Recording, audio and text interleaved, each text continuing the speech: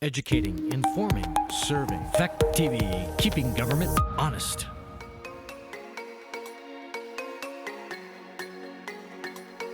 You are watching a Fact TV presentation of the WNESU School Board meeting. All right, I'd like to welcome everyone to the meeting of the Wyndham Northeast Supervisory Union Board, meeting at the high school on Wednesday, June 21, and we're starting at about 6:02 p.m. So the meeting's called to order. Given that we've got Fact TV, one of the nice things to do for the public is to do a quick round of introductions. So just to let people know who you are and who you're representing. So Kathy, if we could start with you, please. Sure. Kathy Siano Goodwin, grafted in Athens. Teen VLC Westminster. June Streeter, representing the high school board and from Westminster. Jason Terry from Rockingham, representing the high school board. Priscilla Lambert, I'm representing the Rockingham board as where I'm chair and clerk of this board. Chris Gibby, Rockingham School Board. Cheryl Charles from Westminster Chair. Karen Blanchard, Westminster School Board. Andy Haas, Superintendent of Schools. Jason Bishop, Finance Department. Jim McCall, Rockingham Board. And since I see other board members in the audience, why don't you introduce yourselves? I'm not sure the camera will get to you, but it's nice to have people know you're here. Rob Welts, Bellswell Union High School, Rockingham. Thank you. Yep, Mike Stack, also Bells Falls High School and representing Rockingham. David Clark, representing Westminster on the Union High School Board. Thank you. Thanks to everybody. So are there... Could I just ask and just remind folks, if you can project your voices towards the owls, so that anyone online can pick it up. All right, thank you. Are we having issues or? We've heard back and forth throughout as we use this, why we went to two of them. But what happens is if I'm trying to talk and I turn to talk over here, because that's normal for us to do in a meeting, is to turn to the person we're speaking to, it loses you sometimes. So to try and project towards the actual owls is helpful. So, all right, thank you very much. Are there any adjustments to the agenda, please? I don't have any. I have none as well. Any communications and public comment? I have one. Oh, great. All right. I'm David Lambert. I'm a community member. I'd like clarification from the board sometime about what their concept of an audit is. Based on my past experience as a past board member 25 years ago and management positions that I've held. The reason for an audit is to check an organization's financial accounting and their books at the end of a fiscal year when the books have been closed and the organization has finished their accounting and their all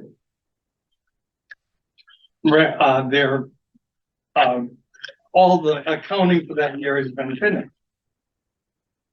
Since we are now in the 12th month waiting for the audit for this school board and every subordinate school board, every school district school board for last school year that finished June 30th, 2022, it seems to me from the comments I've heard the board make and other people that the audit does not have the same concept that I'm used to. I've heard comments made that the auditors have to correct the books, that they have to reconcile bank statements, that they have to calculate depreciation, that they have to correct errors that have been made, make book entries, accounting entries that haven't been made.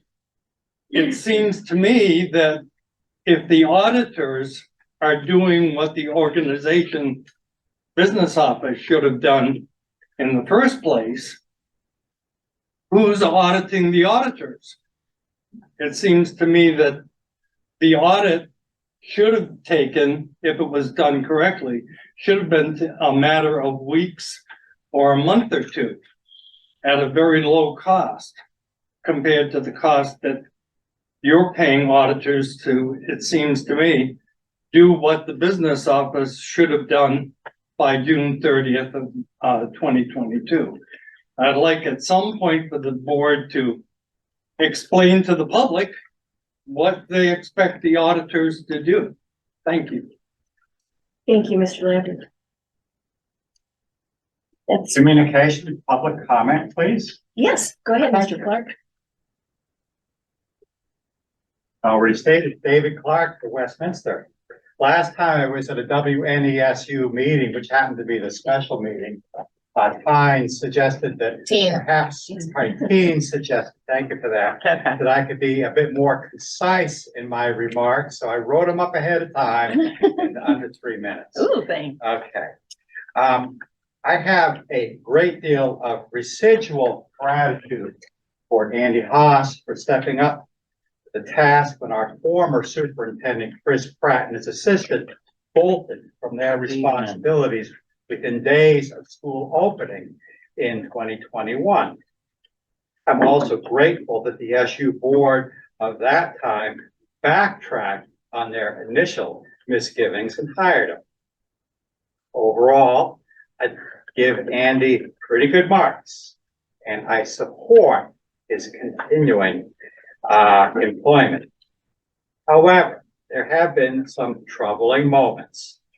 The other debacle of the GFUHS principal search process, which was so closely controlled by our superintendent of schools that he did not feel the need to even warn the meetings of his search committee, for an abdication of the high school board's responsibility for its outcomes, which led to the initial announcement of one of the two finalists being a candidate who had been dismissed from his administrative responsibilities by the Littleton, New Hampshire school district in November of last year.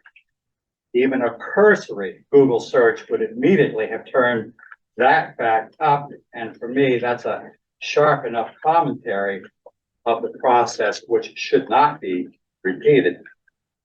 And more recently, we have this troubling statement coming from the superintendent himself regarding the warning for the meeting last week to hire a construction management firm. And I quote, "I apologize. The WNESU board meeting to review bids tomorrow at noon is canceled. We had posted the meeting and sent it to the reformer on time, but they did not post it within the required time frame." I'm going to tell you something.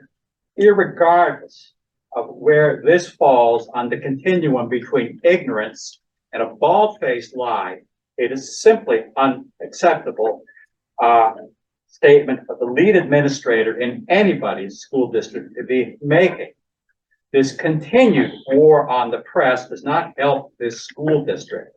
You can read the specific reference to statute in your email, which is in your inbox now because I pressed send before I stood up and not after the last meeting.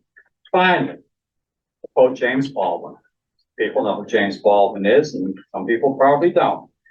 James Baldwin once said, "Responsibility is not lost. Responsibility is abdicated. Please do not abdicate your responsibility for effective oversight of all our school leaders." Thank you very much. Anyone else? My name is Mike Stack. I'm with the Bells Falls High School Board, and I just wanted to announce and speak to an announcement that Andy shared with the public today regarding a listening tour that we, the board, in partnership with the high school, are going to request input from the community. Our first meeting will be at our next board meeting, which is the Monday, the 26th. And that'll be Casey Coda as a speaker representing the business community. The goal is to get input from the community, the school, the students, to make sure that we're covering all needs, academic needs of all the students. And we formed a partnership with Andy Casey Coda, Deb Cardane, who's responsible for curriculum at the school, et cetera. So I think it's going to be a great series. I think we're going to get a lot of input from the community, the students. We've already heard from some of the advanced placement students, and that input was really, really valuable. So please stay tuned, and we'll be doing this over the next several months. Mike, can you give us the time again and place, Excuse me? time and place? That's next Monday night, which is, we're going to be holding these listening sessions on our second meeting of the month, which is usually the fourth Monday. And it'll be the regular, and it'll be warned, it'll be part of the agenda for the board meeting. So I think, I can't remember, it's 6 or 6:30. 6:30. And like I said, we'll start off this series with Casey Coda, obviously a local business representative. And we're going to be doing this over the course of the summer and into the fall. And hopefully it'll dovetail with a lot of things that are already happening, great things that are happening at the school. A lot of work's being done. I actually would love to have the community hear about a lot of the good things that Andy's doing and the staff. So stay tuned. And that's here? Excuse me? The meeting is here? I think it would We'll be be in the library, yeah. Yeah. All right. Thank you, everyone. Just for the public, the protocol, the process at board meetings is to hear public comments, but not to get into dialogue or response at the time. So we deeply appreciate all the comments tonight, and as appropriate, we'll respond to those going forward. So thank you. Now we'll go into review and approval of board minutes for May 17th. Can I entertain a motion to approve those minutes?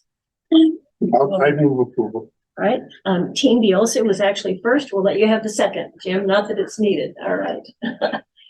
Thank you. Any discussion? Yeah, there's just, sorry, Deb Cardane's last name is spelled wrong. It's a K, not a C. Okay, so spelling, somebody's catching that. I don't see any. Yep, I got it. It's okay. Fixing Deb Cardane's spelling. And June, you had something?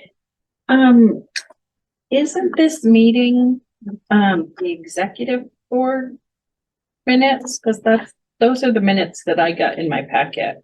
We have two sets of minutes that came out for this meeting. One is the executive committee minutes, and the other was on the website, and that's where I found them, on the website, May 17th. No, the only one I got was the executive. So, okay, thank you.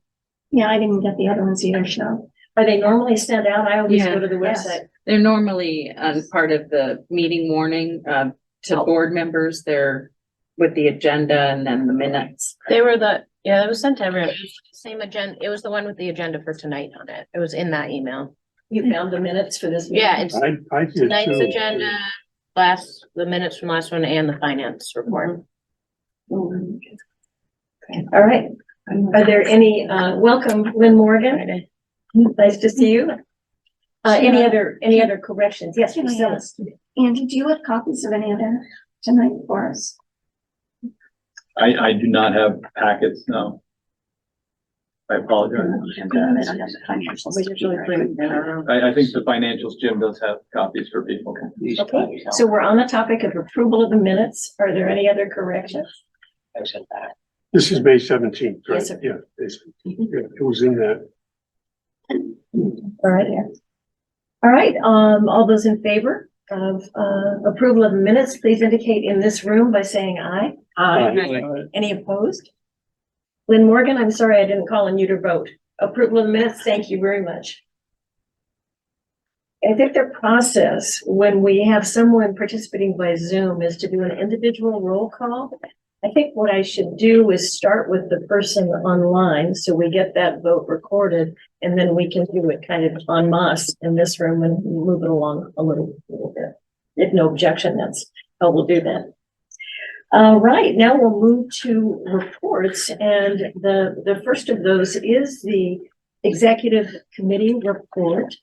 You know, in the past, at least the number of years I've been on the board, there hasn't been as much formal structure around an executive committee, but we've kind of established that in recent months. And as a part of that process, there are minutes kept for each of the meetings. And we have in Andy Haas's contract a requirement that the executive committee formally evaluate the superintendent's performance against a set of goals, which he has established in writing and that we've been working with really since about March or April of this year. I'll say quickly that we have the executive committee met, and in the case, I'll acknowledge those who were there at this most recent meeting to review this and make a formal recommendation. And that would be Jason Terry, now chair of the high school board, Priscilla in her role as chair of the Rockingham board, and me in my kind of dual role as chair of the Westminster board and the SU board. So we went through each of the superintendent's goals. We looked at his report and we made our own comments, which you can see in the text of our report. Following that, we went into executive session and made a determination that we then came out and acted upon in public session to indicate that we awarded him, which was our authority, his performance bonus for his first year of this 3-year contract, which is in place.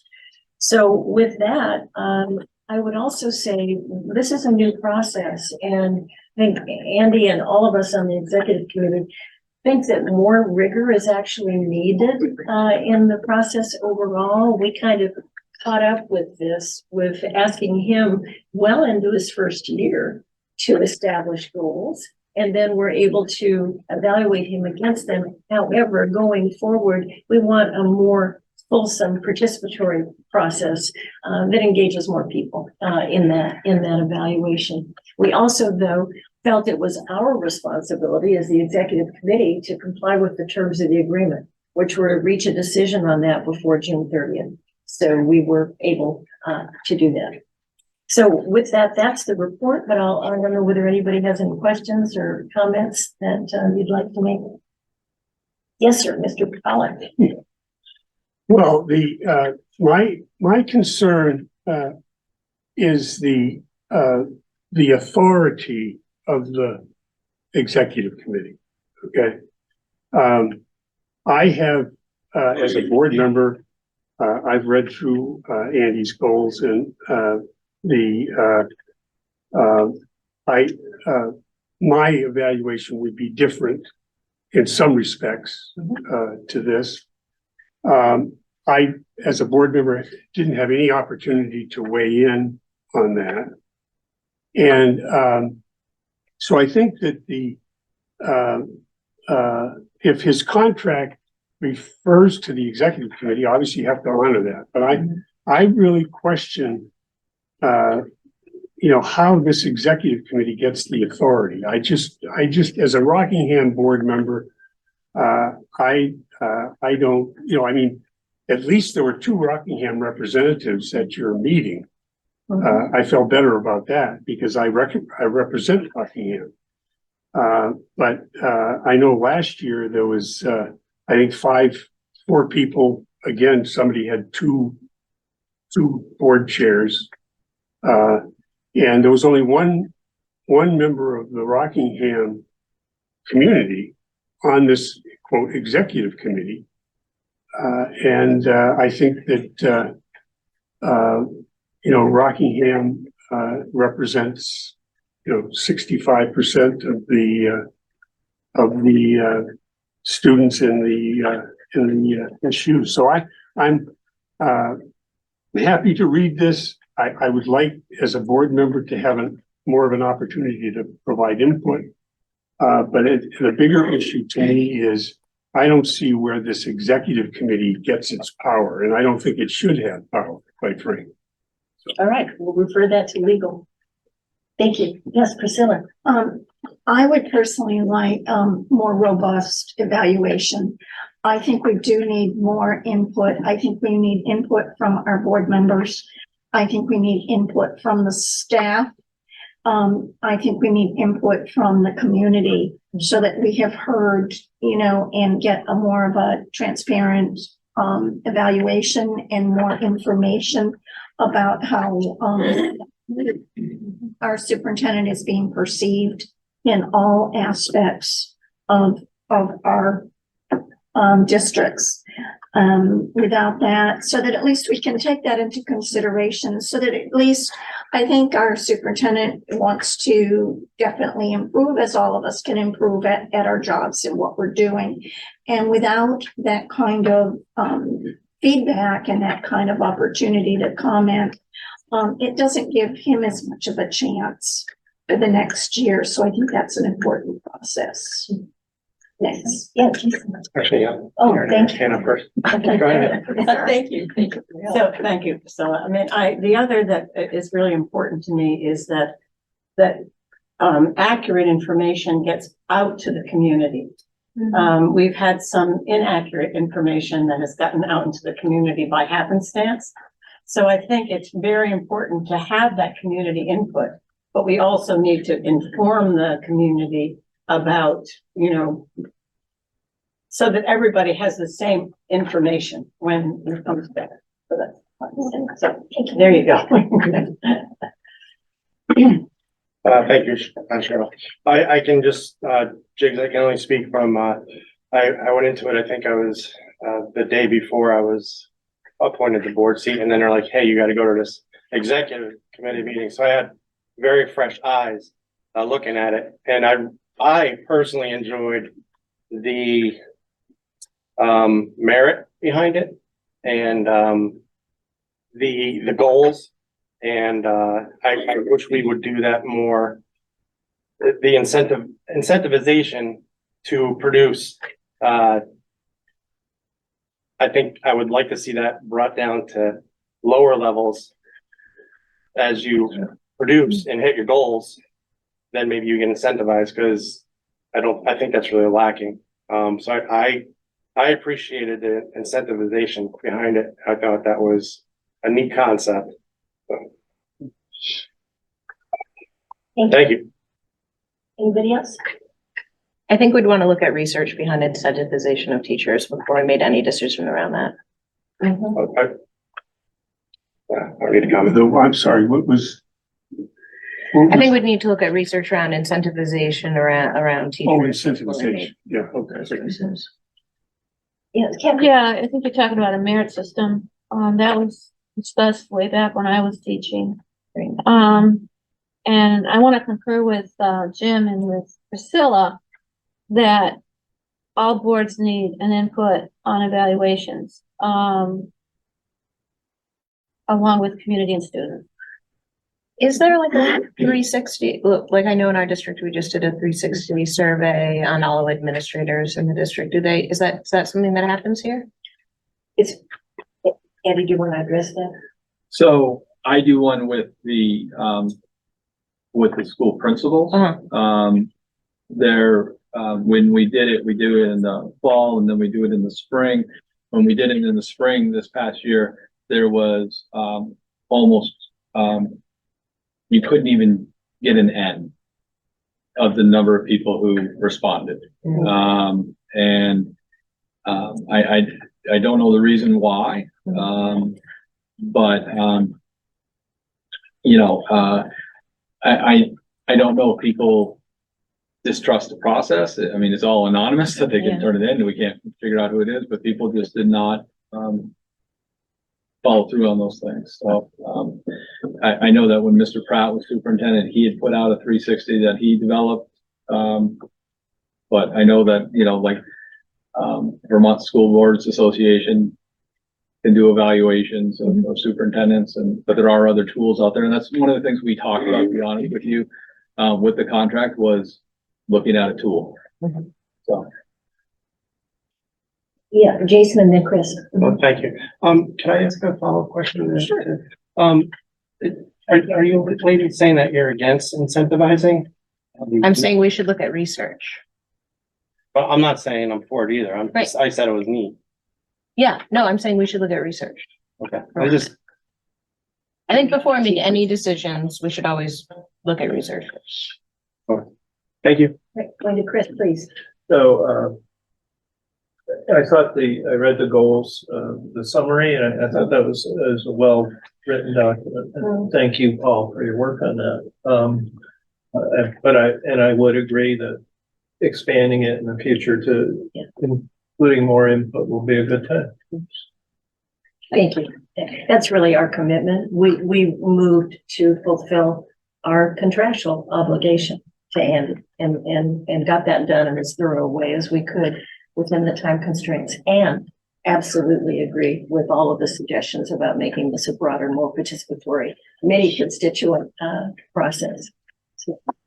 So thank you, Andy, for this first year of the contract, and we'll all move ahead together with that. The next report will be in two parts. Jim Vizina will give us his financial report. We also had a meeting of the Finance Committee today for the SU, and Chris Kibbe, the chair, will give us a little update on that as well. Okay.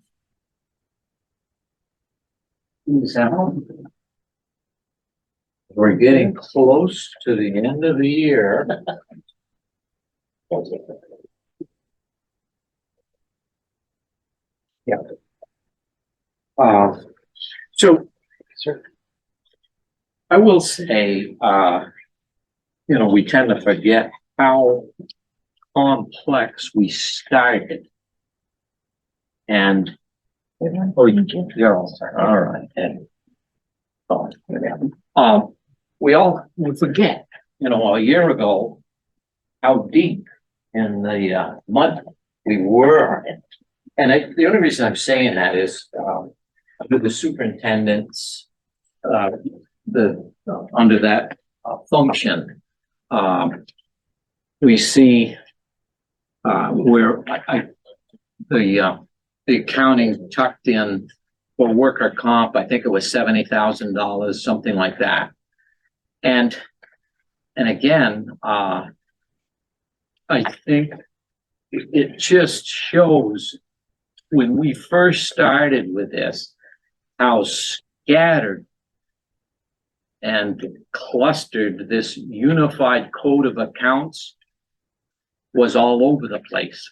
So as we're looking at these numbers, these function numbers, and I've separated them as best I can, but you have to remember, this was not an exact science in starting out. We took a stab at trying to get to the right account and making sure that it made sense. So as you're looking at these, I kind of keep that in mind, that we were trying to make it as accurate as possible, but certainly there were some ripples and waves in what we were bringing forward. Now, the two areas that we know, and I'm looking at the function sheet, page 1. The two areas we know are a problem, and that is transportation and food service. How much of a problem? I think we could end up with a $200,000 deficit, maybe. And the reason I say maybe, we don't have all of the data yet. I mean, when they close those purchase orders, we may pick up some offsetting reduction in expenses. So keep your fingers crossed, because we may be less than that 200. But I think you're going to end up there. So, and the balancing is, I will say, the balancing will be in the 22, the SU 22 audited balances that we're going to return, will return back money. And so there's certainly enough monies that are projected to be returned to offset any deficit that you may get charged for. So I just think, that's as clear with the accounts. Next year, those accounts are rock solid, and there will be no variances, and everything will flow. Jason is setting up the payroll. The payroll's probably 72% of your expenses. And the worker comp is a formularization, and it'll be placed in there and pulled out as it needs to be and placed in the right account.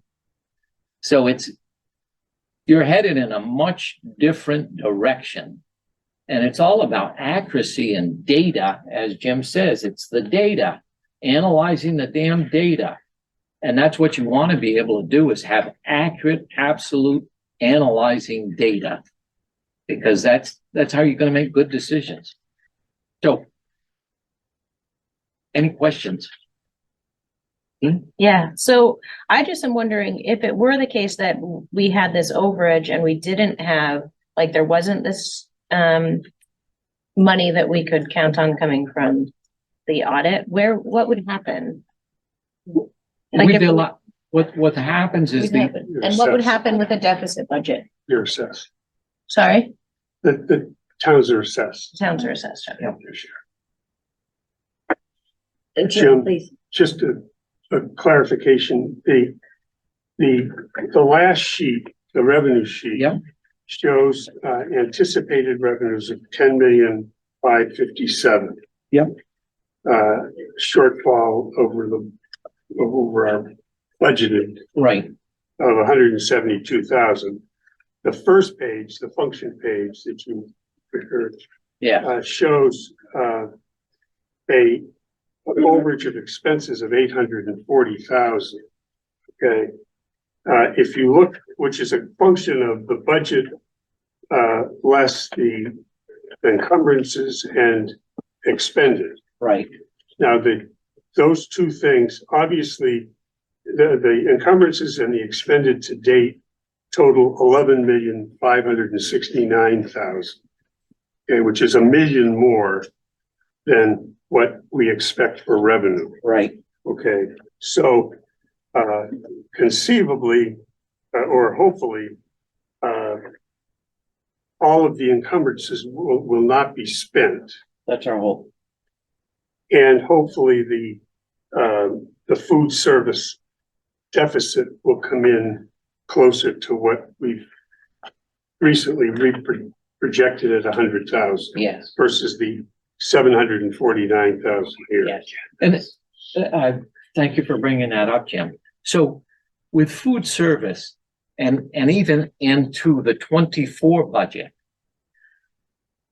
I fell asleep in not putting the summer program. The summer program is a $500,000 piece, and it's not in that budget next year.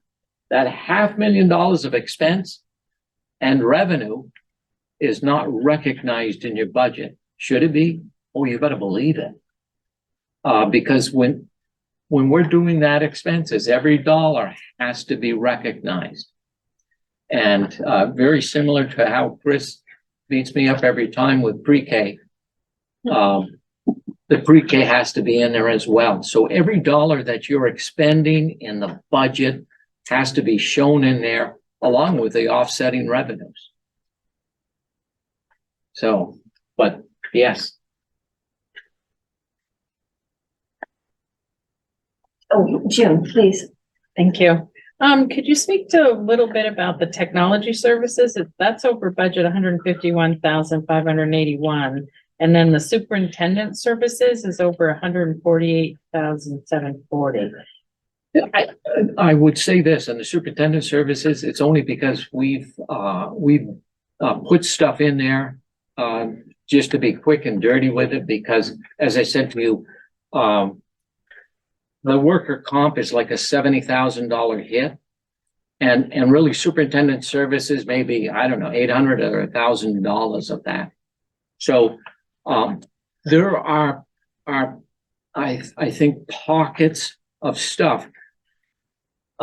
Because at one time there were they used to do the technologies in two different functions. And I kind of combined those, trying to reduce the number of accounts. So I think it's some of those wrinkles that would have pushed it over. And again, the only thing I can say is I know bottom lines are correct. But how we get at those bottom lines with the function variances, it's not an exact science for sure. I had But to make, next year it will. oh, next year, I gotta tell you, be ready. Yes, Jason. Thank you, Jim. Jim, a couple of questions for you. On the, food service part of it, the governor passed a law, saying that all kids are gonna eat now in the summer, and how will that affect what we currently have? It was a $29 million give to, from the educational fund to districts. And, the summer program, we make maybe $400,000 over and above our expenditures. So it's a real positive program for revenue generating. And that'll help balance us out for sure.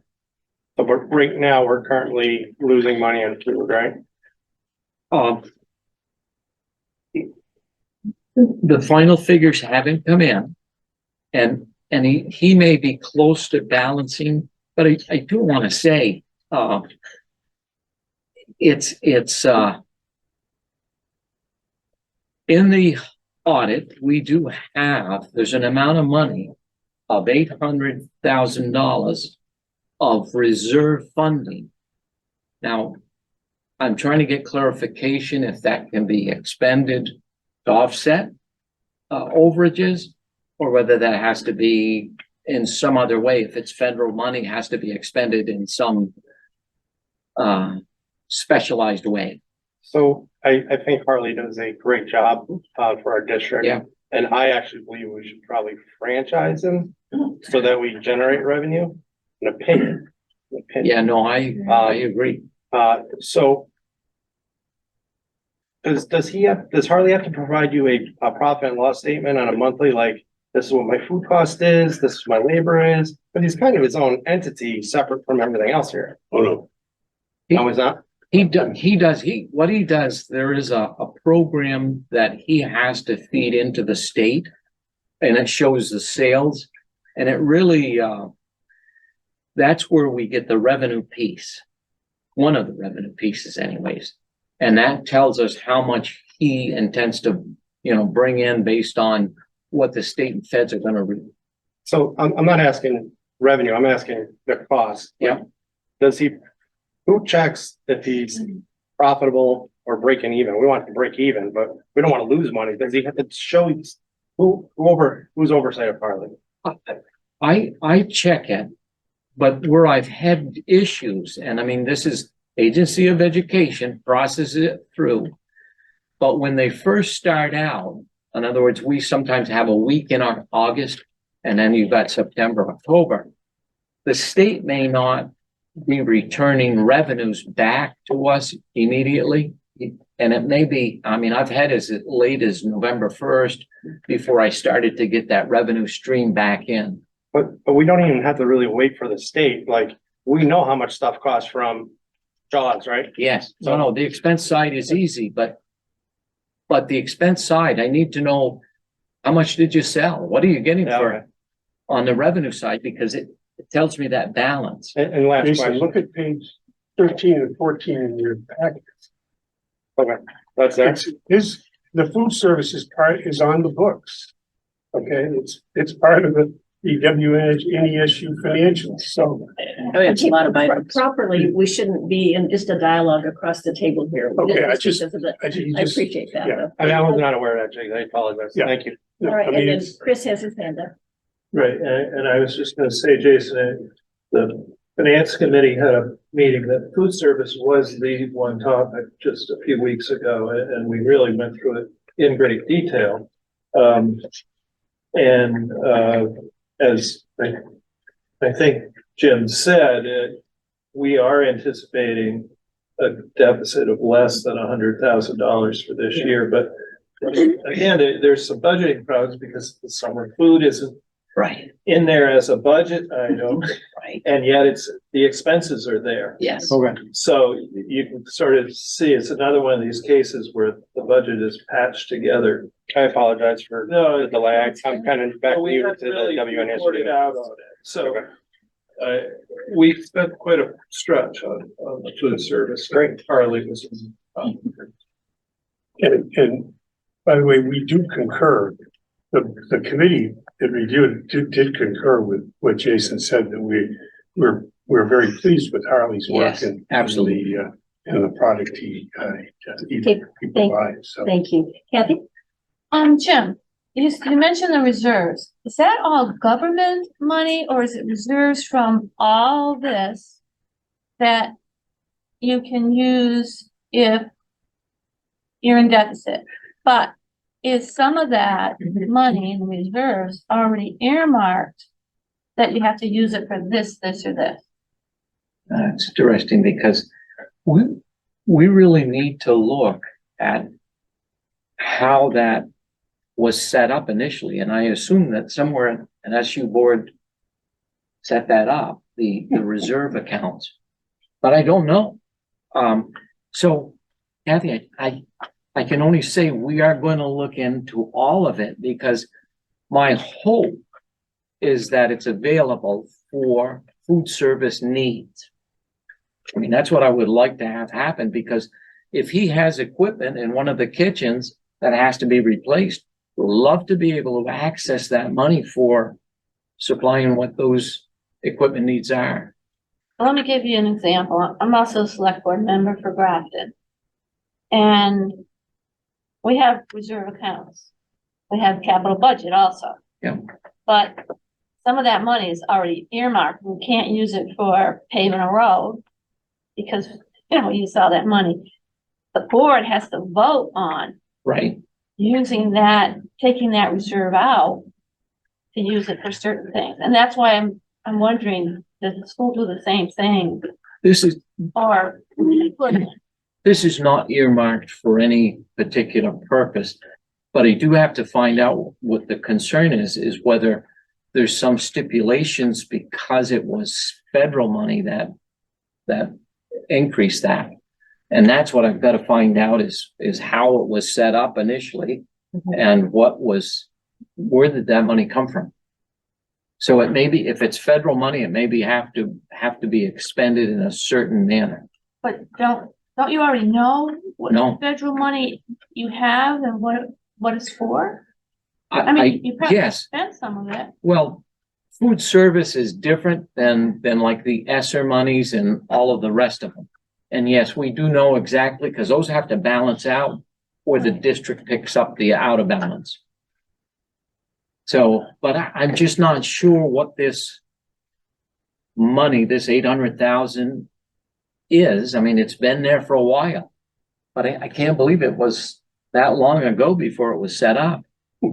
So you're going to do some research and he will report back to us. Yes. Okay. Karen, yes. I just wanted to thank you for the questions that you asked. We all need to, and that's all I want to say. Thank you. Apologizing for having good questions is Yep. just, you don't have to do. Agree. Whatever For me, compliment. it was great. Hey. And the other is Thank the you, Jason. reminder that, that Jim inherited a mess. This is what I wanted to say, a mess. And the fact that he's, making this progression, going this way and saying, next year's gonna be different. You wait till I get there. So I just, want a little history is helpful. Thank you. Are you through with your report for this Yes, I evening? am. All right, then Chris, if you could, I'm sorry. I have a question. Of course. Yeah, and I really appreciate, I'm looking forward to a better process next year. But can you tell us where we are with each one of the district's audits so that we know? So the last audit that is still has a draft stamp on it is the SU audit. Now, the only thing that we're close, we've got 2 items, and those items are federal pension numbers. That there's 2 items that I have to get back to them to get it resolved. And then we'll have it. I'm trying to get it before July 1st. Where are we with the other districts? The other districts are all set.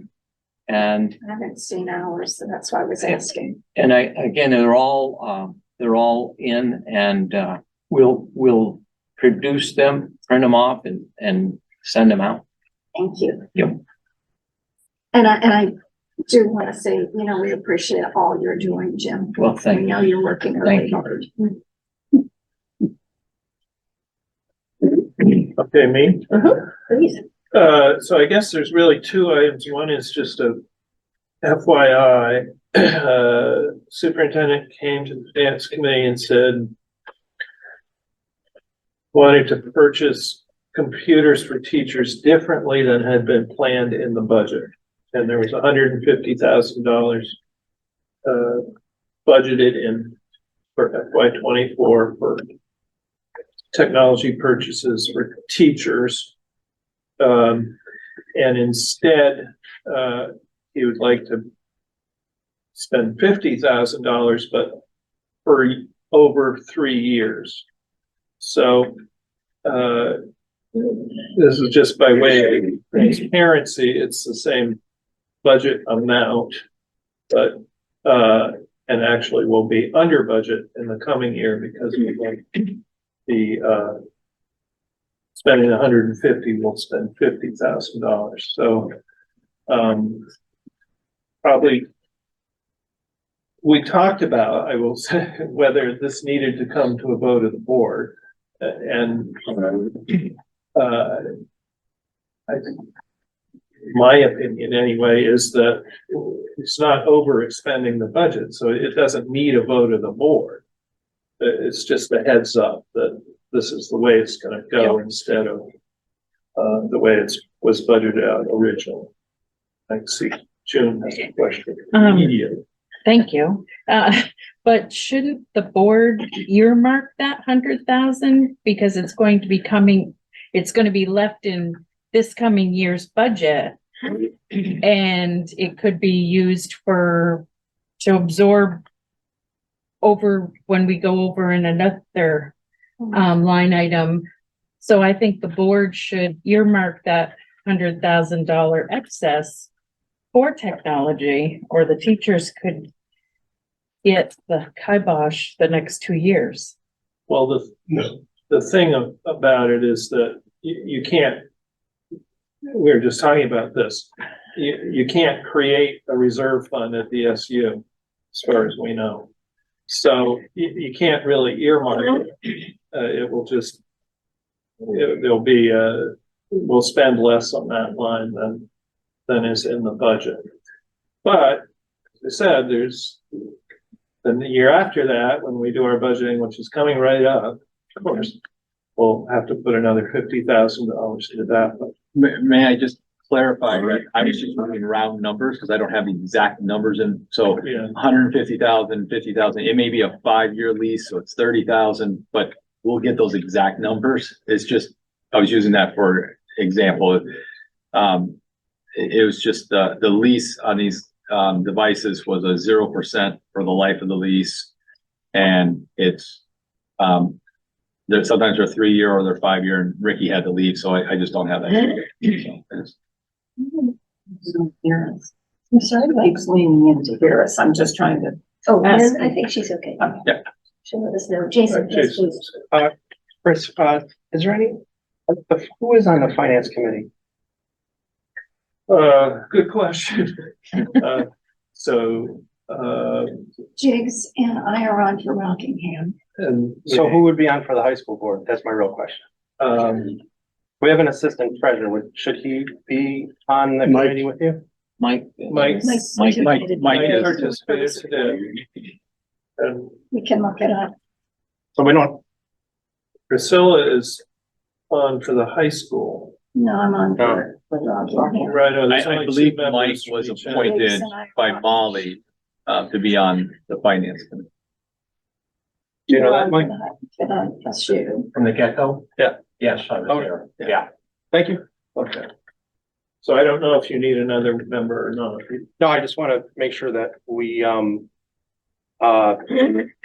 just want to make sure that like the high school is not left out when we're talking about these things, because it kind of flows all downhill. So I want to make sure that we get our piece of the pie, I guess. That makes sense. Absolutely. I did not know that. The other topic is more complicated. It was transportation, and as I think most of you know, transportation is kind of in a sorry state at the WNESU because there have been no purchases of buses for the last 5 years. So our fleet is requiring a lot of repairs, and that is part of the reason why they're over quite a bit this year. We have a proposal from a leasing company, Butler Transportation, to purchase, well, it's to lease. That's 10 buses. Yes. I had it up. 10 buses. Yeah, 10 buses.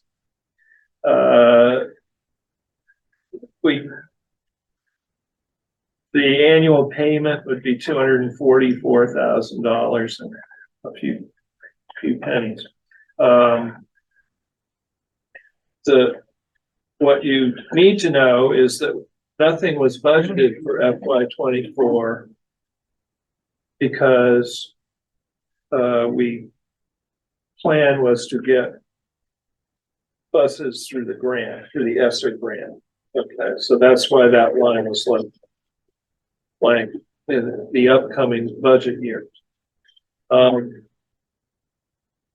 So there are, I think, some good aspects of possibly leasing it. One of them being that it would basically change over our whole fleet. We would have all new equipment, and Butler paid for the maintenance during the time. Of course, they're brand new, so there won't be much maintenance to start.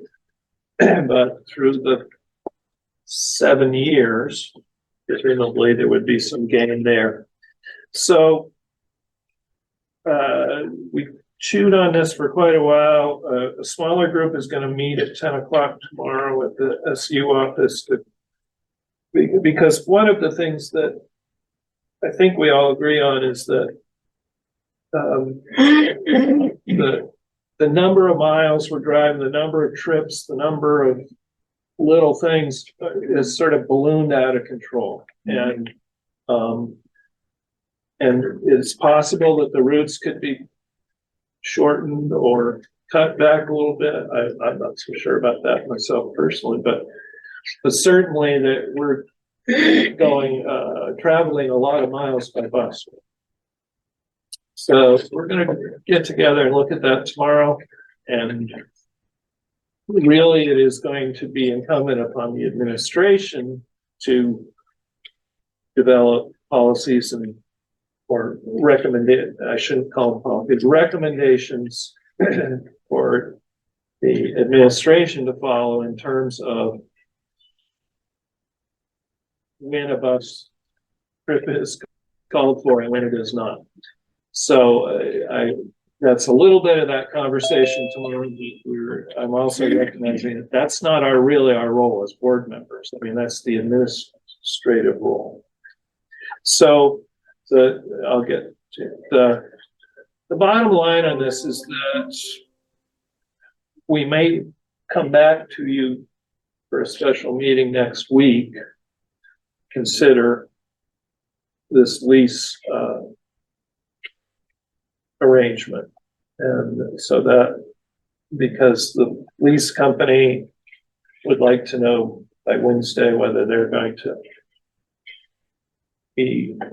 going to be doing this. And so I wanted to give you a heads up on that it is possible that there will be a special meeting. June, and then Karen, and then Kathy is going in sequence here. Go ahead, please. If we decide to go with this lease, then I'm assuming we will sell off our buses and that will bring in, Oh, some, okay. And that will bring in a little bit of revenue to offset the lease.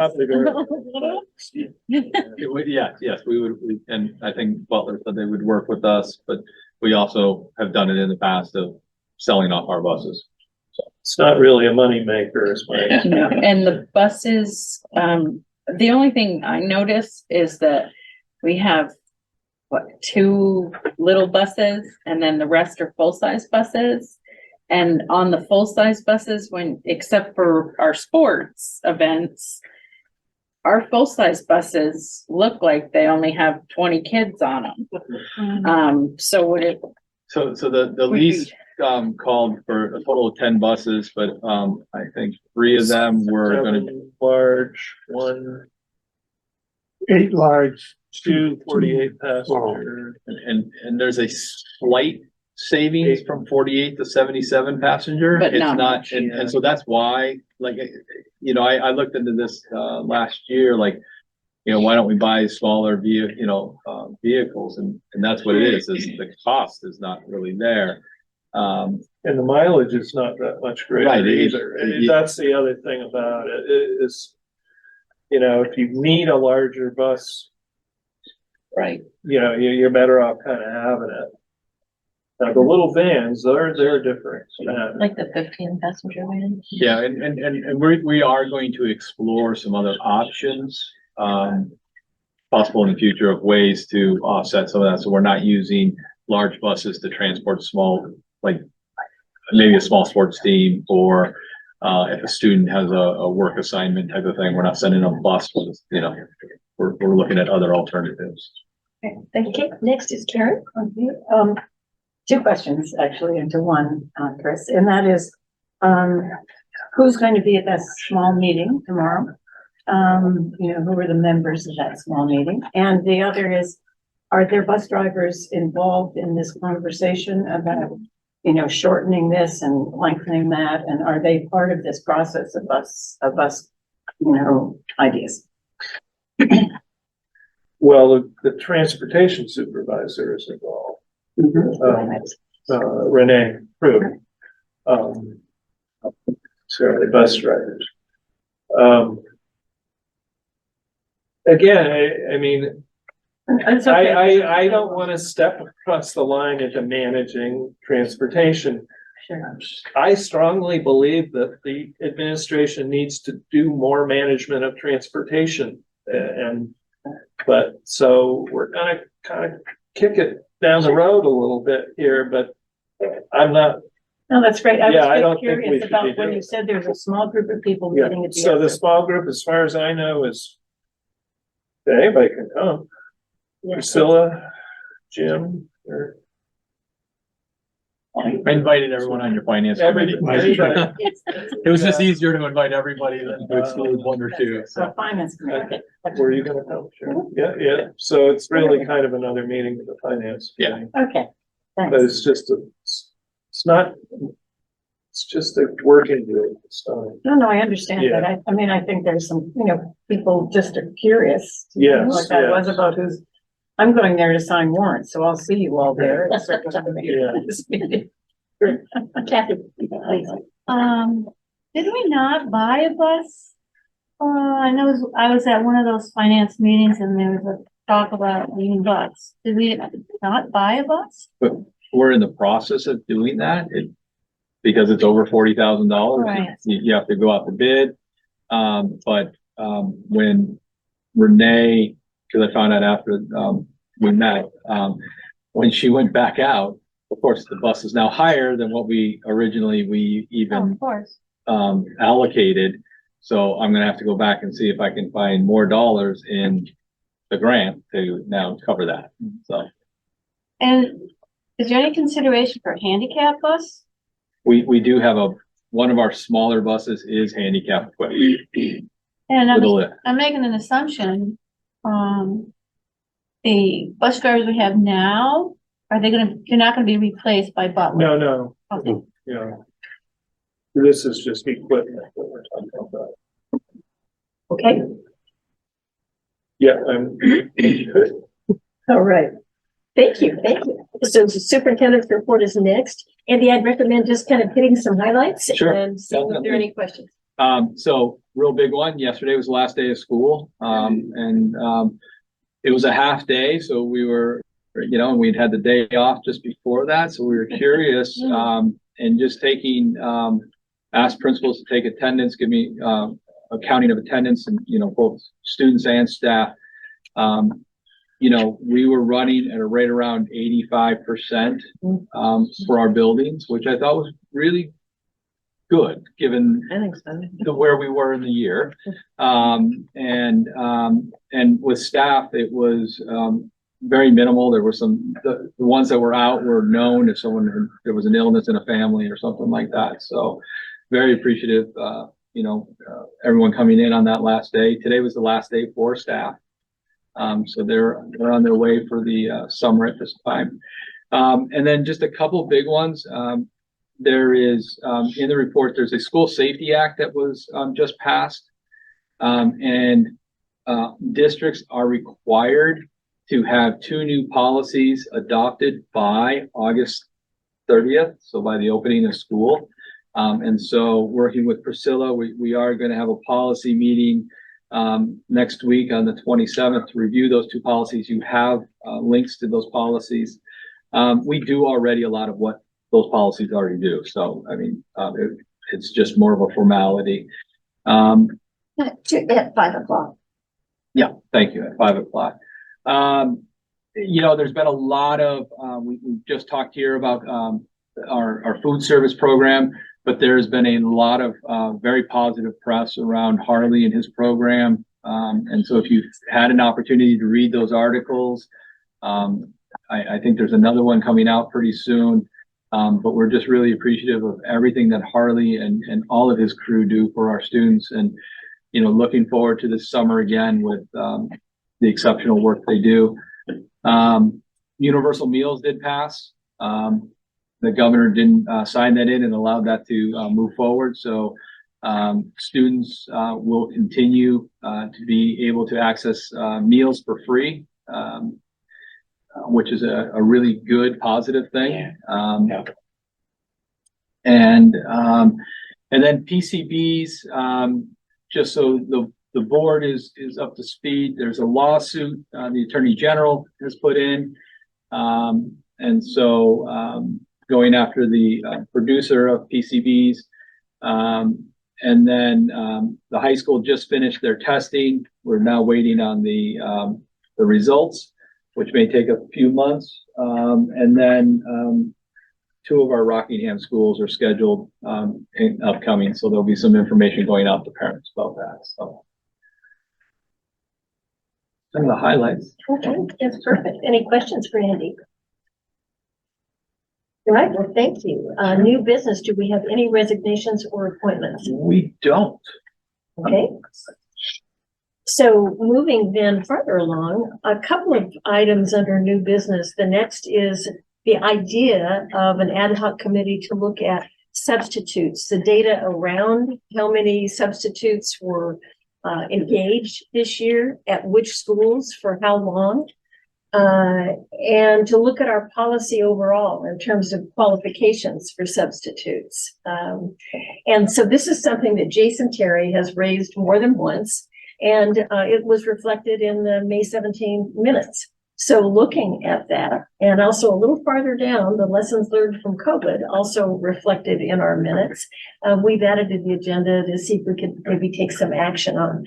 With respect to the substitutes in the ad hoc committee, I talked with Jason about it. And I think you're feeling comfortable that we go ahead, that you don't need to be actively involved, but want to see the results and kind of the analysis. Wasn't really excited about sharing a committee necessarily right now, but actually, Jason, in thinking about it further, it falls into policy. So I've talked to Priscilla, and she's willing to let that topic be added to the policy committee. And the concept behind it, we'd all get to see all of this, but the concept behind it, Andy and I have talked as well, is that we can get data from the SU that tells us how many substitutes were employed for how many days at each building. We can provide that data through the policy committee, and the committee will also look at what's the state requirement. I mean, this business about a person need only be 18 years of age, for example, maybe that's state policy. Let's take a look at that. And, pardon? That's a good policy. Yeah, they need only be 18. So I just think we as an issue might want to look at this more comprehensively. And so Priscilla and that committee will take it on from a policy perspective and bring everything back to us, so we have a more comprehensive understanding of it. So thank you, Jason, for raising it. And I think this gives us a structured way to take a look at it. Yes, Priscilla, please. I kind of left it as an other on the policy committee meeting for next Tuesday, because if we do end up having time, I try to keep our meetings right to 1 hour. And the two policies that we're looking at, we have time to get through really quickly, then we can bring up this one at that same time as far as starting to look at it, just so committee members are aware. Well, and it's the end of the school year, so Andy has said that he's got all the data, the office has all the data for the year, so it's a good time. It doesn't need to be done immediately, but when you can incorporate it into the agenda. Start. I know it's not the policy meeting right now, but one of our one strong teachers in Westminster subbed when she was 18, when she was home from college, and actually switched her major to teaching because of her work subbing at the school. So thank you. Yeah. For that anecdote. Yep. All right. Yeah. Jim. I just have one comment about that, about the 18-year-olds. The 18-year-olds, in my opinion, may be great subs for the younger schools, but when you're 18 and you're subbing at the high school, that might be an issue we might want to look. Yeah, that's good. I think we also need to know really how many we have. I mean, there's also a shortage of qualified substitutes. Let's just get the data, let's analyze it, and let's look at our policies and see if there's a match or not. Okay. Thank you. Yeah. The next topic actually is replacement of a vice chair. I could appoint someone, but I thought I would ask if there's anyone interested in the role, and we could also open the floor to nominations for a vice chair, or if there are none yet. I'm not interested, but I thought you were nominating yourself. Yes. no, I want to make that perfectly clear. I would like to nominate somebody if it's okay. I mean, I don't want to usurp your power or whatever. Absolutely. I'd like to nominate Chris Kibbe as the assistant chair. I think as a sidebar, I think Cheryl, I've been very impressed with the way you run a meeting. And I think if for some reason you were not able to be here, I think Chris would also do a very good job of running the meeting. And that's what I see this position is. It's just, kind of subbing and running the meeting type of thing. Very nice. There's a Not really, thanks. nomination on the floor. Any other nominations? I guess we better ask Mr. Kibbe. Yeah, because he's doing Sure. treasurer, so. I'm wrong. So long as you stay around. You don't know anywhere. So it really, we don't need to vote on this. This is, and I could make the appointment. I think it's great. So thank you, Chris, and we'll go forward on that basis. Thank you very much. And that is the role, essentially, is to step in if the chair is not able to do so. The next is, again, because of a vacancy having to do with Molly's choice to resign, we no longer have a chair of a buildings and grounds committee. And there's been some discussion about, do we need an SU-wide building and grounds committee since we have them at the building level? I'd put that out to the group. What do you think? I mean, my recommendation would, you don't need a standing committee, but can pull one together at any time that you might need to.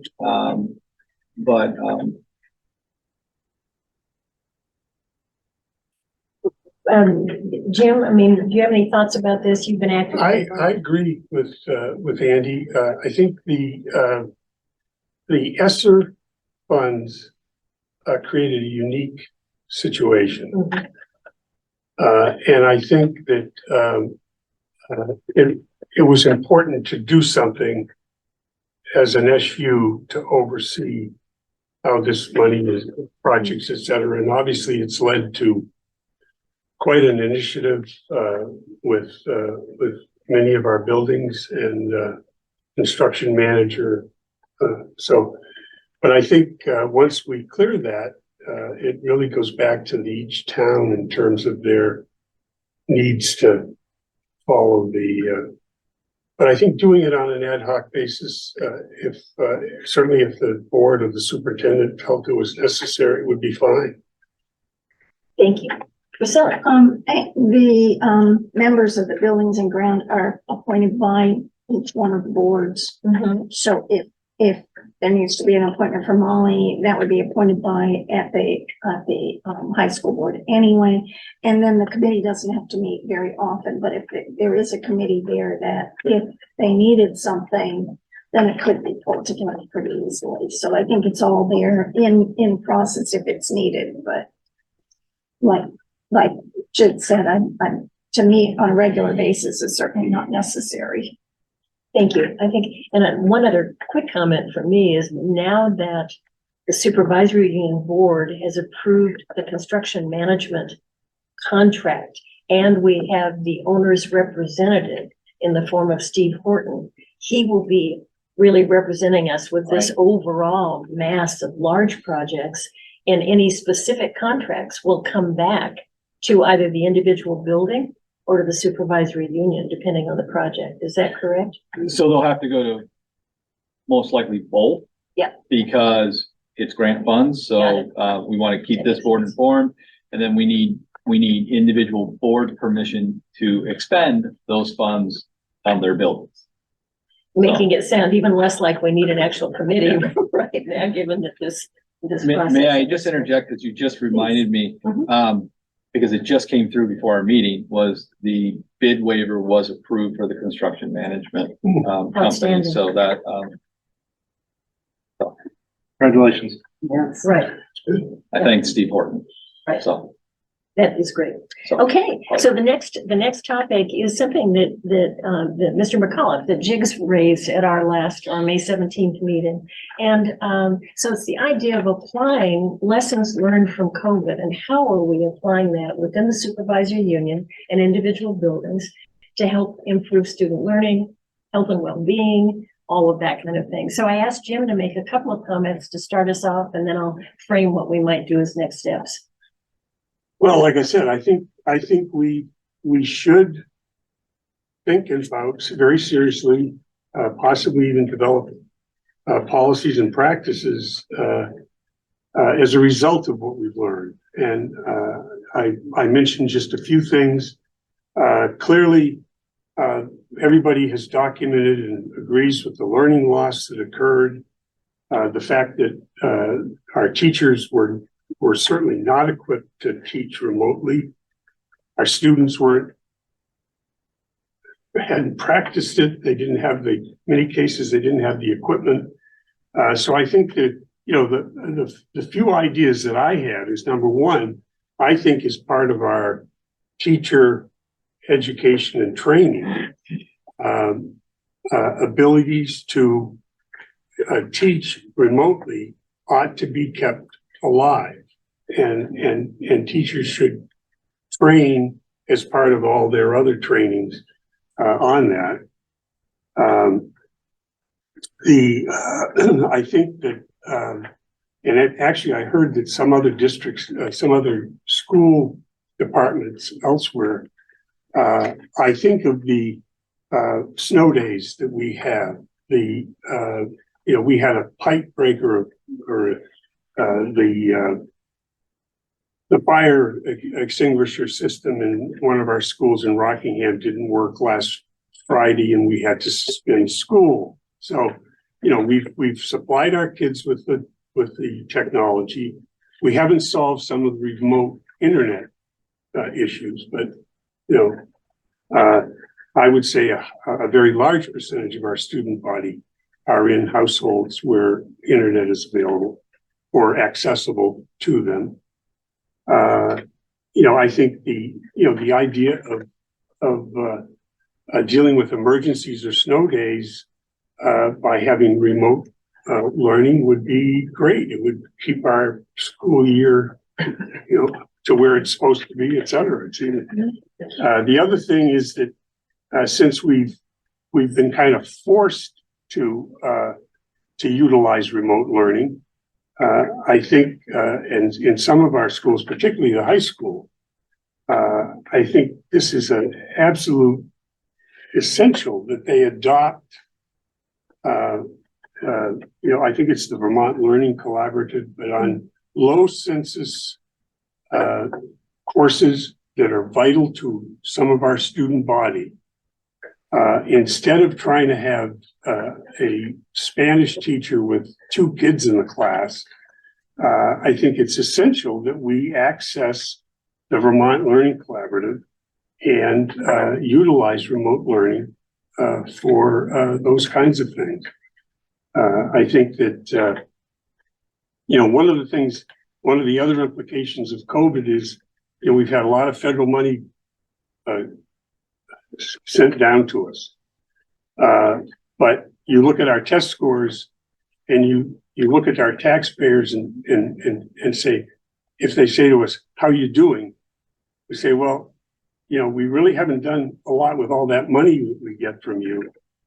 I think it's time that this board and all of our boards pay more attention to what it's costing us to run our schools and implement things like remote learning in an effort to prepare our kids for the future. I mean, I've got grandkids in college.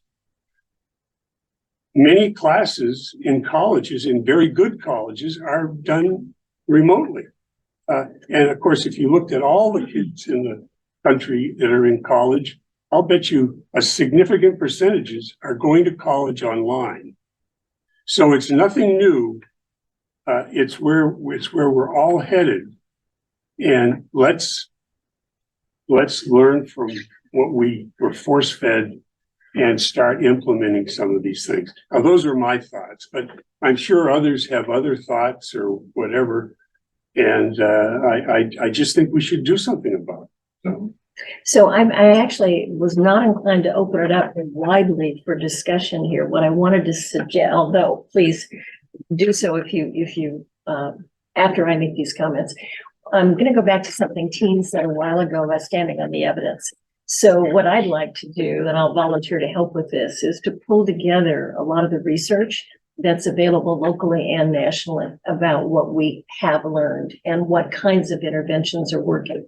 I know the staff is already doing a great deal of this. I actually think that the staff is doing more than many of us might know, that's consistent with the research and responding to lessons learned from COVID. I just think it's a really important idea, and I'd like and valuable. So I'm grateful to Jim for raising it. And I want us to have some materials to review, and then we can have a more robust discussion about it. That's my suggestion to everyone. So if we have some comments, to whom should we give them? You know what I mean? I don't mean opening it up. Oh, well, I mean, we can have a little discussion now. I'm watching the time. I just don't think I wanted to raise the idea. The spirit was to be responsive to a board member who raised an issue of concern. And then how are we going to structure an approach to trying to address it? So accessibility was just my thing.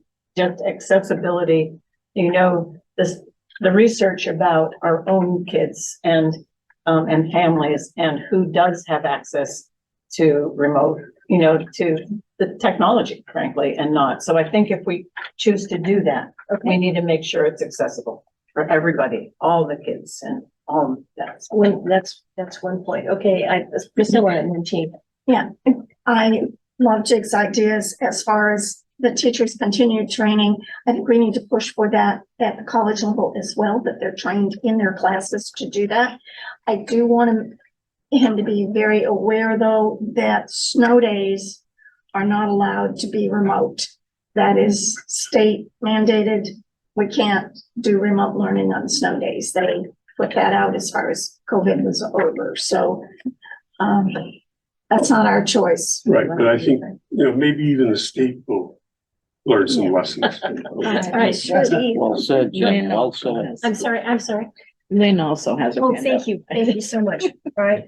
Yeah, I just think it might be good too, if we make a list of things that we could look at the impact of, like lessons learned from COVID and research. I think thinking about online, like remote learning for children in high school is much different than 5 and 6 year olds who are in kindergarten, and what is developmentally appropriate for them and best for their social and emotional needs.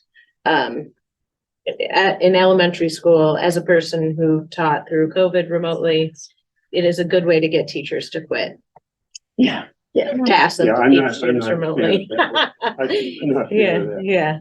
High school though is different. Let me get Lynn's comment, come to Jason, and then I think the idea of a quick list of topics to explore, we've got 2 so far, would be great. Lynn, please. Make sure you're muted. You're muted, Lynn. Unmute, please.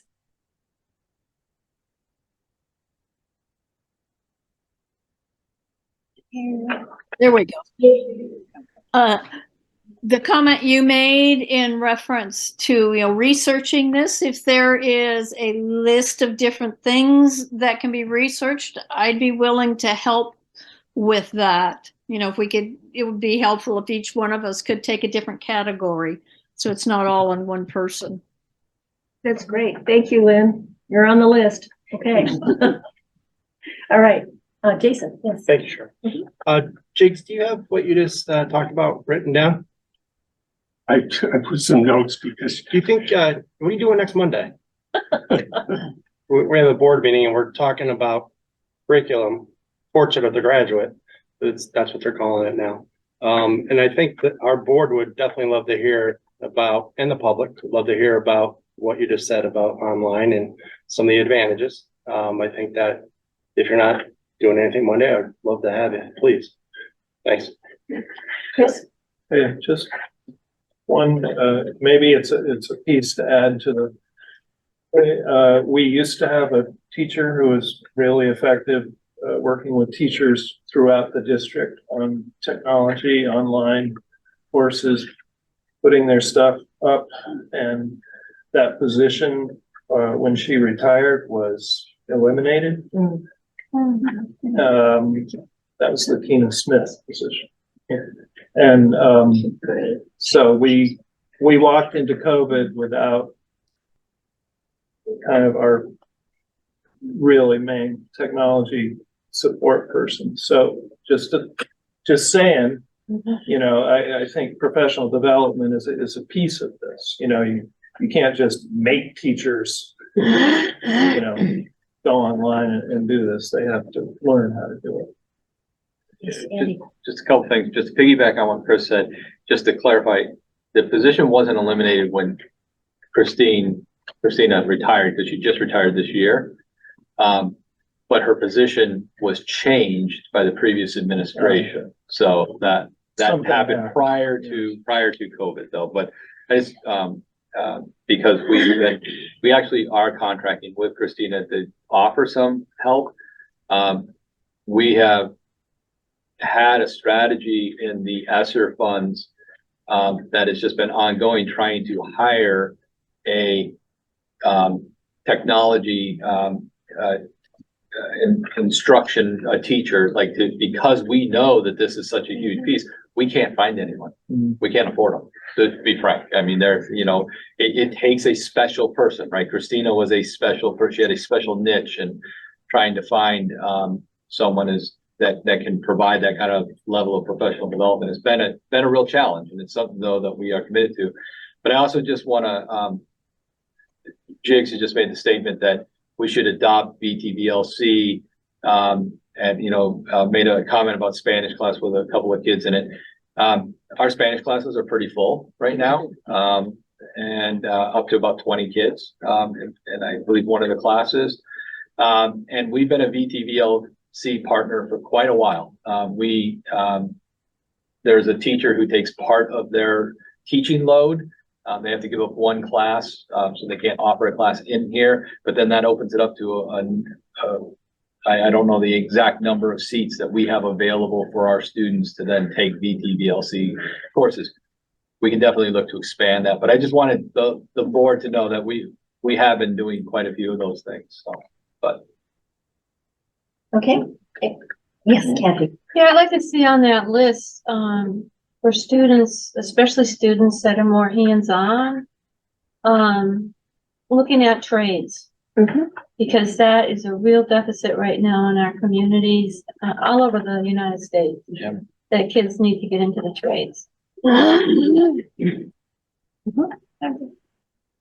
Okay, so I will take it on myself to work with anybody who's interested, that includes Lynn and others, to assemble some research, and we'll bring it back to you, and for discussion and all of our shared learning. So appreciate that. And again, our role is policy. We're not running the show when it comes to the day-to-day in schools, but we can, and I think it'll help inform our own policy making if we have access to some of the best of the learning that's out there. Okay. We have the next topic, permission to spend grant funds. Andy, what do you need? So we're looking for a motion that would authorize the supervisory union and the superintendent to apply for and receive funds, administer and distribute grants, and to and the second part, sorry, I combined that. So let me read it. We're looking for a motion to authorize supervisory union to apply for or receive, administer and distribute grants, and to authorize the superintendent or designee to sign federal and state contracts. All right. I'll move that. All right, Chris, Kibbe has made that motion. Thank you. And discussion, I see June. I just have a question. Shouldn't that motion be made after July 1st, the first of the fiscal year? Because haven't we already got money? I mean, we've only got a week left of this fiscal year. So Didn't I say for the 2023-24 school year? I thought I said that.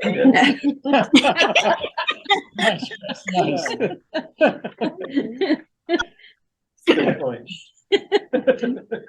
Yeah.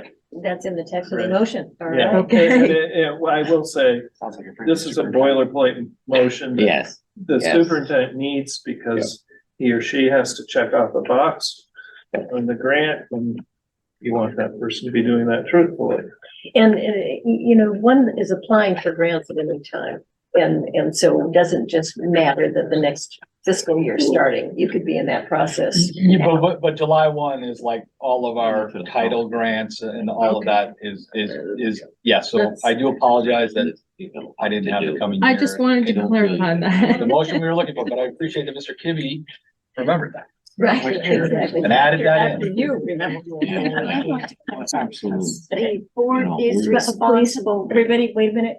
I need to be able to have everybody hear Priscilla. Go ahead. I'd like to clarify too, because the board is responsible for hiring licensed teachers. So Andy would be bringing the title teachers to the board for approval of their contract as well, because the contract is just with the state as far as expending the funds and getting the funds. I'm not sure about that. That has never been the practice. But he's always brought them to us, No. title teachers. I They're mean, part of our I hiring process. 12 years of experience in the central office, and we never brought the title contracts to the board. I probably did in ignorance of not knowing, in this last year. This motion allows the superintendent to sign.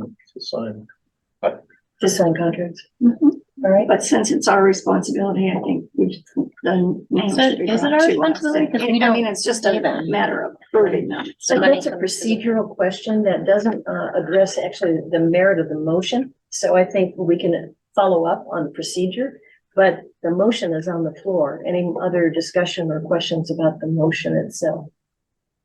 I called a question. Thank you so much. All right. Lynn, your vote on the motion having to do with authorization. Thank you very much. Everybody else in favor in this room? Aye. Any opposed? All right, the motion passed. Thank you. Old business for discussion and action. It's the topic of board development. We've addressed this briefly. Andy and I are going to work on a schedule to obtain the services of our attorney to really, and others if we might need them, to self-design as a supervisory union our own professional development to meet the requirements of board chairs having 8 hours a year of training, as well as the superintendent. And again, to open this up to all interested board members. And we're trying to establish a schedule so that anybody can come to any of those sessions who wants to learn about the topic in more depth. Yes, June. I was just concerned, I've only been involved in one session with the attorney, and I was very concerned that the first 20 minutes, he had no idea how to run the slideshow. Oh, yeah. And I'm pretty sure he charged us for those 20 minutes. I'm pretty sure he probably charged us for the full hour. So I just want to make sure that if we do this, he does some planning ahead of time so he knows how everything functions and we really get our money's worth. All right, so noted. Well, here's your fine. Okay. And with that, I think we can go to director's comments. I think we're ready for that at this point. So starting with you, Lynn Morgan. I'm all set. Thank you. Thank you very much. All right. Kathy. Just a comment. I like the discussion we had today, that everybody kind of put their 2 cents worth in. But it's, I'd like to see meetings like this, continue. Just congratulations to students and teachers on the end of the school year. I'm all set. Thank you. Thank you, Cheryl. I hope everyone is as excited as I am as the new principal at the high school starting, and it just feels fresh and new, and pretty excited about the opportunities that we're going to have. So thank you. Yes, I have attended some very impressive ceremonies in the last week. The high school was amazing. Their speeches were absolutely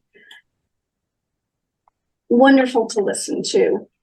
And I do thank you to the current administration who's leaving, John Broadley and Jenny McKay. I'm sure the students will miss them greatly.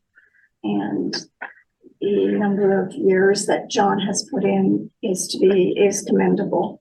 The middle school move-up ceremony was delightful to watch. The excitement of those students that will be going to the high school next year. The move-up ceremonies for the 4th grade, both at Saxon Observer and at Central, were well done. And again, the excitement of those students, and they're looking forward to their next school. And that was one of the questions I asked a lot of the students, and a lot of them were just really excited. There are also those that are a little bit apprehensive to be moving to a new school. So any support we can give them in the fall, I think would be appreciated. And one thing that they impressed on the students was that their courage, their respect for everybody, and the kindness that they need to give to each other. I think that's something that we as board members certainly need to exemplify and put out there, especially when our students are saying that as well. So thank you. Chris? All set. Okay. Well, you can make me think about this, Priscilla, actually. I was at the 6th grade ceremony as I did last year at the Westminster Center School. And I was also there for their circus. And the creativity was extraordinary, and their enthusiasm I was thinking about this application that people were talking about, people who really learn through doing, was really clear there. And so it's always been inspirational. And I'm sure that in that crowd, they're wondering about their 7th and 7th grades for sure. Anyway, and thank you for the conversation. And Jason, it was great to meet you here, and I appreciate it. Thank you. Great. Jinx? Well said. Thank you. I'd like to, because we have three board members sitting in the audience here, I'd like each of you to at least have the opportunity to make a comment if you'd like. What? Okay. I've already spoken loudly. All right. Well, I would just, what did Lynn? Yes, she did. I did at the very beginning. Yeah, thank you. Thank you. I don't have anything else to add tonight. I appreciate all of you. Look forward to get some rest this summer and see you soon. Thank you, Cheryl. We need a motion to adjourn. Motion's adjourned. Thank you. At 7:36. There we go.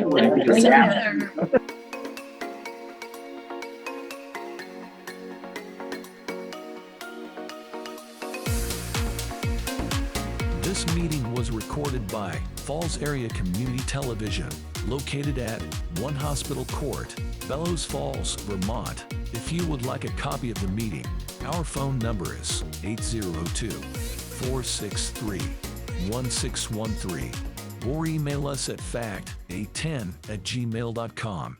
Falls Area Community TV, keeping government honest.